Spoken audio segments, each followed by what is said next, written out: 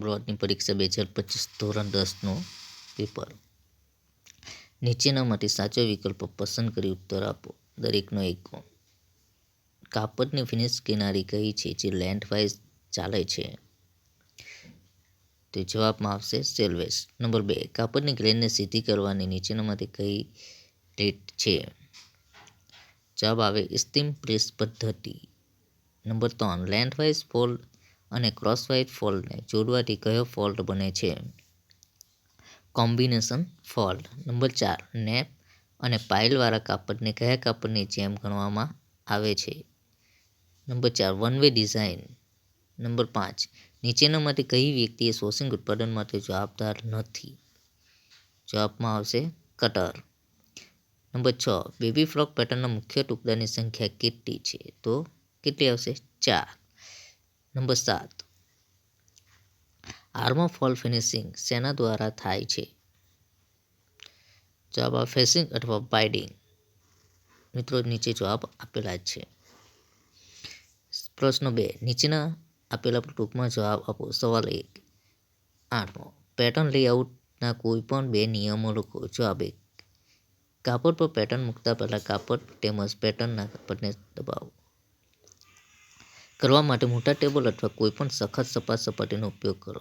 સવાલ 9, લેઆઉટ 2 પદ્ધતિ સમજાવો. જવાબ, લેન્થવાઇઝ સેન્ટર ફોલ્ડ. અહીં કાપડને સેલ્વેજની વચ્ચે સમાંતર ફોલ્ડ કરવામાં આવે છે જેથી સેલ્વેજ એકસાથે આવે. આ સૌથી વધુ ઉપયોગમાં લેવાતો ફોલ્ડ છે. આ પ્રકારના ફોલ્ડ સરળ ફ્રોક માટે લેઆઉટ આકૃતિમાં દર્શાવવામાં આવ્યું છે. 2, ઓફ સેન્ટર લેન્થવાઇઝ ફોલ્ડ. જ્યારે ફોલ્ડ પર સાંકડા ટુકડા કાપવાના હોય ત્યારે આનો ઉપયોગ થાય છે. અહીં કાપડને સેલ્વેજની મધ્ય સમાંતર નીચે ફોલ્ડ કરવામાં આવે છે. જો મિત્રો સવાલ 8માં પેટર્ન લેઆઉટના કોઈ પણ 2 નિયમો લખવાના છે તો એમાં 2 નિયમો લખવાના છે. તો 2 નિયમો પહેલાં તો આપણે એક લખ્યું, કાપડ પર પેટર્ન મૂકતા પહેલાં કાપડ તેમજ પેટર્નના દબાવો, સપાટને દબાવો. હવે 2, કરવા માટે મોટા ટેબલ અથવા કોઈપણ સખત સપાટીનો ઉપયોગ કરો. જો મિત્રો આમાંથી તમે 2 લખ્યા હોય પરંતુ તમે વધારે વાંચીને ગયા હોય તો કદાચ તમે 2ની જગ્યાએ 3 પણ લખી શકો અને જેટલા માર્ક્સ પ્રમાણે છે એ હિસાબે જ લખવાનું. પછી આપણે વધારે પડતું મોટું લખીએ તો પણ આપણને માર્ક્સ મળતા નથી. એટલે તમારે જે હિસાબે હોય એ હિસાબે લખો. હવે સવાલ 9માં એવું પૂછ્યું છે લેઆઉટની 2 પદ્ધતિ સમજાવવાની છે તો આપણે 2 પદ્ધતિ સમજાવી. બરાબર છે ને? એટલે એ રીતે તમે લખીને આવવાનો છે. હવે સવાલ 3માં છે સવાલ 10મો, કાપડના ગ્રેનને સીધા કરવાની રીત માટે નિમજ્જન પદ્ધતિ વિશે લખો. જવાબ, નિમજ્જન પદ્ધતિ ધોઈ શકાય તેવા કાપડને સીધા કરવા માટે સૌથી અસરકારક પદ્ધતિ છે. કાપડને લેન્થવાઇઝ ફોલ્ડ કરો. સેલ્વેજને એકસાથે ટેક કરો. જ્યાં સુધી તે સંપૂર્ણપણે ભીનું ન થાય ત્યાં સુધી તેને પાણીમાં બોળી દો અને પછી વધારાનું પાણી નીચોવી દો. કાપડ સુકાય ત્યાં સુધી લટકાવો. હવે તેને ટેબલના ખૂણા મૂકો. ગ્રેનને પરફેક્ટ કરવા માટે તેને પર સીધા કરવાની પ્રક્રિયા કરો. જો મિત્રો હવે સવાલ 11માં સેલ્વેજની આકૃતિ દોરો. જવાબ, મિત્રો આ સેલ્વેજની આકૃતિ છે. મેં ડાયરેક્ટ કોપી પેસ્ટ કરીને મૂકી દીધી છે. તો મને કદાચ દોરવા માટે આ યોગ્ય ગણાય તો તમારે દોરવાની. અને સવાલ 10માં પણ એ રીતના જ છે કે આપણને ગ્રેનને સીધી કરવાની રીતમાં નિમજ પદ્ધતિ વિશે લખો. એક જ પદ્ધતિ વિશે લખવાનું કીધું છે. એમ નિમજ પદ્ધતિ ઘણી 2-3 પદ્ધતિઓ છે પણ આપણે એક જ પદ્ધતિ વિશે લખવાનું. મિત્રો તમને ખબર જ છે કે ધોઈ શકાય છે તેવા કાપડને સીધા કરવા માટે સૌથી અસરકારક પદ્ધતિ છે કાપડને લેન્થવાઇઝ ફોલ્ડ કરો. સેલ્વેજને એકસાથે ટેક કરો. જ્યાં સુધી તે સંપૂર્ણપણે ભીનું ન થાય ત્યાં સુધી તેને પાણીમાં બોળી દો અને પછી વધારાનું પાણી નીચોવી લો. સુકાઈ જાય ત્યાં સુધી લટકાવો અને ટેબલના ખૂણા મૂકો અને ગ્રેનને પરફેક્ટ કરવા માટે તેને પર સીધા પ્રક્રિયા કરો. એ રીતે સવાલ 11માં સેલ્વેજની આકૃતિ દોરવાની છે. જો મિત્રો 2 વાર એટલા માટે કહું છું કે તમે જે કાર્ય કરો છો એ બાળકોને ગ્રુપમાં મોકલો. બાળકો પણ એ સમજી જાય છે કેમ કે હવે બાળકોનું વેકેશન પડી ગયું છે અને ઘરે છે. ઘરે કદાચ આ વિડીયો મોકલો તો એ લોકો આરામથી જોઈને વાંચી લેશે. હવે સવાલ 12મો છે. 12 સવાલમાં પ્લુમર બનાવવામાં કેટલા સ્ટેપ છે ને તે જણાવો. જવાબ 1, back bodies. Number 2, front bodies. Number 3, front skirt. Number 4, skirt. એટલે 4 છે.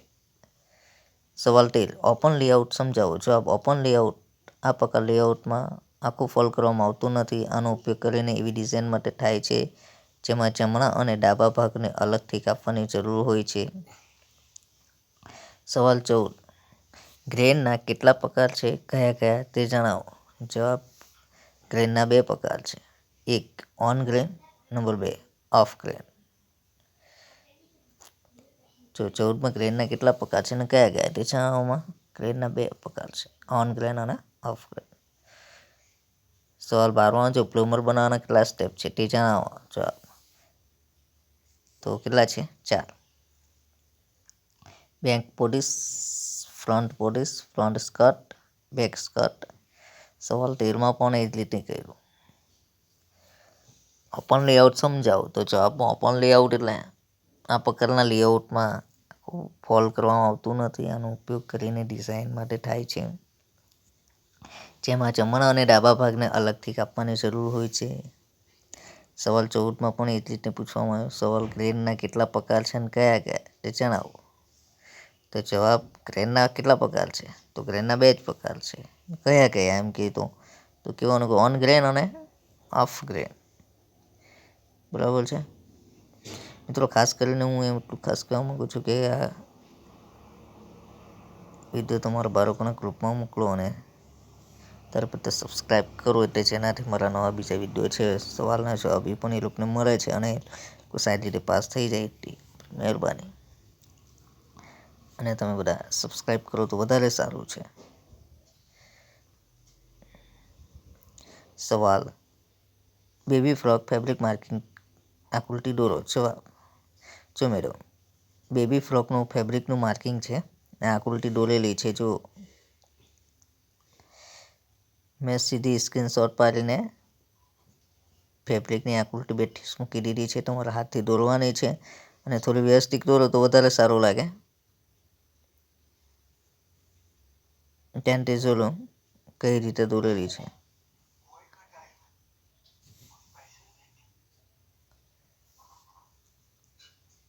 હવે સવાલ 16માં છે. ફોટોગ્રાફ ફેશન અને ગ્લેમર વિશે 2 ટોન લીટીમાં સમજાવો છે. જવાબ ફોટોગ્રાફર એવી છબી બનાવે છે અને સાચવે છે જે પિક્ચર દોરે છે, વાર્તા કહે છે અથવા ઇવેન્ટ રેકોર્ડ કરે છે. વ્યવસાયિક ગુણવત્તા ફોટોગ્રાફર્સ બનાવવા માટે ફોટોગ્રાફરની ટેકનિક, કુશળતા અને સર્જનાત્મક બંનેની હોય છે. સફળ પિક્ચર નિર્માણ કરવા માટે ચોક્કસ પ્રાપ્ત કરવા માટે વિષય પસંદ કરવો અને પ્રસ્તુત જરૂરી છે. સવાલ 17 પેટર્ન મેકર વિશે ટૂંકમાં લખો. જવાબ પેટર્ન મેકર. જવાબ પેટર્ન મેકર્સ ચોક્કસ એપરલ ડિઝાઇન માટે બ્લુપ્રિન્ટ અથવા પેટર્નના ટુકડા બનાવે છે. આમાં મોટાભાગે વિવિધ સાઇઝ વસ્ત્રો માટે ગ્રેડિંગ અથવા ટુકડાઓને સમાયોજિત કરવાનો સમાવેશ થાય છે. એક સમયે ગ્રેડિંગ એ સમય માંગી લેતું કામ હતું, પરંતુ હવે કમ્પ્યુટરની મદદથી ઝડપથી પૂર્ણ થાય છે. જો સવાલ 16માં ફોટોગ્રાફર ફેશન ગ્લેમર વિશે 2 ટોન લીટીમાં જ લખવાનું છે. એટલે મિત્રો તમારે આગળ ઉપરની 2 કે 3 લીટી લખો યા તો નીચેની કોઈ પણ 2 લીટી લખો તો તમારે 2માં જેટલા માર્ક્સનું હોય એ રીતે જ લખો એટલે તમારો માર્ક્સ કપાય નહીં અને સમય પણ ઓછો હોય છે. ફોટોગ્રાફર એવી છબી બનાવે છે અને સાચવે છે જે પિક્ચર દોરે છે, વાર્તા કહે છે અથવા ઇવેન્ટ રેકોર્ડ કરે છે. વ્યવસાયિક ગુણવત્તાવાળા ફોટોગ્રાફર્સ બનાવવા માટે ફોટોગ્રાફરો તકનીકી કુશળતા અને સર્જનાત્મક બને છે. સફળ પિક્ચરનું નિર્માણ કરવા માટે ચોક્કસ પ્રાપ્ત કરવા માટે વિષય પસંદ કરો અને પ્રસ્તુત જરૂરી છે. સવાલ 17 પેટર્ન મેકર વિશે ટૂંકમાં લખો. સવાલ 17 પેટર્ન મેકર વિશે ટૂંકમાં લખો. જવાબ પેટર્ન મેકર. જવાબ પેટર્ન મેકર્સને ચોક્કસ એપરલ ડિઝાઇન માટે બ્લુપ્રિન્ટ અથવા પેટર્નના ટુકડા બનાવે છે. આમાં મોટેભાગે વિવિધ સાઇઝના વસ્ત્રો ગ્રેડિંગ અથવા ટુકડાઓને સમાયોજિત કરવાનો સમાવેશ થાય છે. એક સમયે ગ્રેડિંગ એક સમય માંગી લેતું કામ હતું, પરંતુ હવે તે કમ્પ્યુટરની મદદથી ઝડપથી પૂર્ણ થાય છે.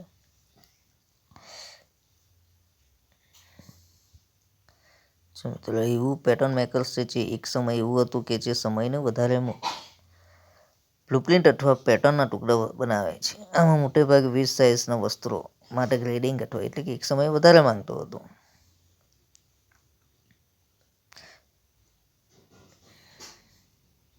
સવાલ 18 કાપવા માટે કાપડ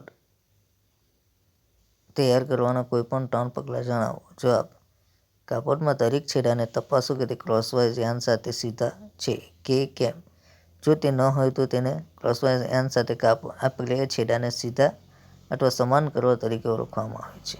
2. કાપડ તપાસવું એ જોવા માટે ગ્રેન પરફેક્ટ છે કે કેમ, એટલે કે ખૂણાઓ સમકોણ બનાવે છે. ગ્રેનને સીધા કરો જો કાપડ ઓફ ગ્રેન હોય. નંબર 3. કાપડને સંકોચવું જો સનફ્લાવર સાઇઝ જેવી સારવાર દ્વારા પહેલાથી સંકોચાયેલી ન હોય. સવાલ 19. ટેબલ પર ઉપર ઓફ ગ્રેન આકૃતિ.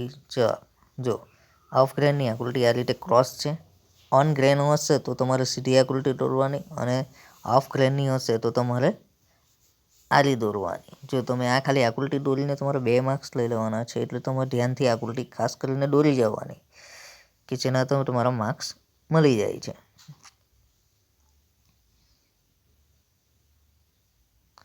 સવાલ 20. ભારતીય કાપડ ઉદ્યોગના માળખાના 5 નામ લખો. એક વિશે સમજાવો. જવાબ: 1. સંયુક્ત મિલ્સ. નંબર 2. સ્પિનિંગ. નંબર 3. વણાટ અને ગૂંથણ. નંબર 4. કાપડનું ફિનિશ. 5. વસ્ત્રો. સંયુક્ત મિલ્સ. એક વિશે સમજાવવાનો છે. મોટા પાયે મિલો કે જે સ્પિનિંગ, વણાટ અને ક્લિવેજ કાપડ ફિનિશિંગને એકીકૃત કરે છે.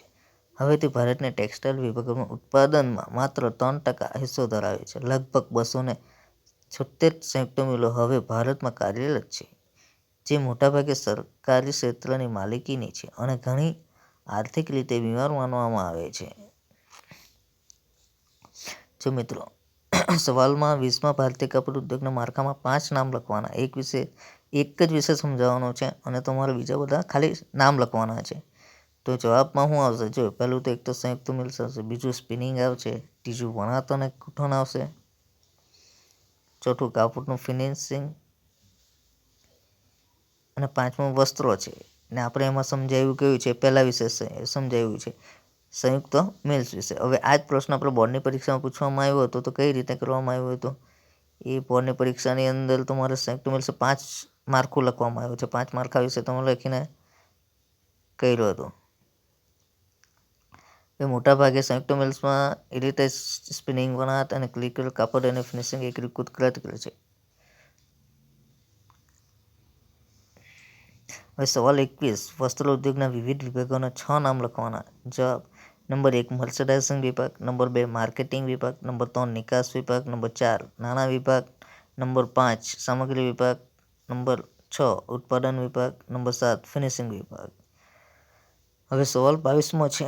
સ્પિનિંગ ઉદ્યોગ વિશે સમજાવો. જવાબ: સ્પિનિંગ. સ્પિનિંગ એ કોટન અથવા માનવ સર્જિત રેસાને યાર્નમાં રૂપાંતરિત કરવાની પ્રક્રિયા છે, જેનો ઉપયોગ વણાટ અને ગૂંથણ માટે થાય છે. મોટે ભાગે 1980ના દાયકા મધ્ય શરૂ થયેલા ડિરેગ્યુલેશનને કારણે સ્પિનિંગ ઉદ્યોગનો સૌથી એકીકૃત અને તકનીકી રીતે કાર્યક્ષમ વિભાગ સી ગણવામાં આવે છે. જો કે, સરેરાશ પ્લાન્ટના કદ નાના રહે છે અને અન્ય મોટા ઉત્પાદકોની તુલનામાં ટેકનોલોજી જૂની છે.